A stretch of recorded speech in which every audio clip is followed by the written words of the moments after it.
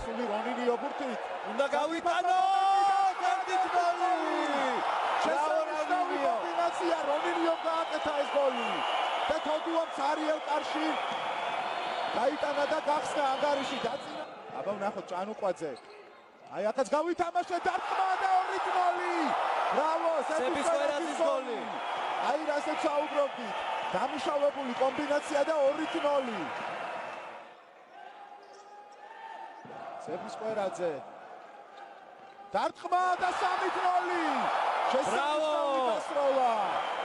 როგორ დაინახა მეტოქის მცველის ფეხის მოძრაობა 10-ია თუ და პორტუგალია გვყავდა და რუმინეთთან ერთად გაუშვით გოლი ძალიან სამწუხაროა.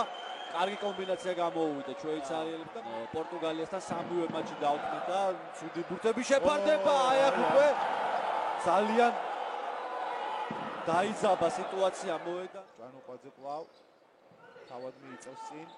გააკეთა პასი თოდუა. ბრავო და ბრავო! ჭანუყვაძის გოლი. 4-2. თოდუა იყო წინვალიანი. შევიდნენ კარში საქართველოს დაკრები. ობაიძე მოასწრის კუთხეს. უკან გადაცემა ნიშნიანიძე დარტყმა და ბრავო! თოფორია.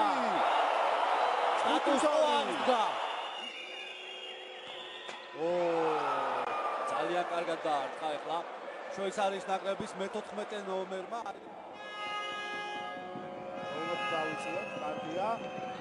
უპატაძე დარტყმა და გავიდა. ბრავო! ორიგი გოლი ზვიად უპატაძე 6-3.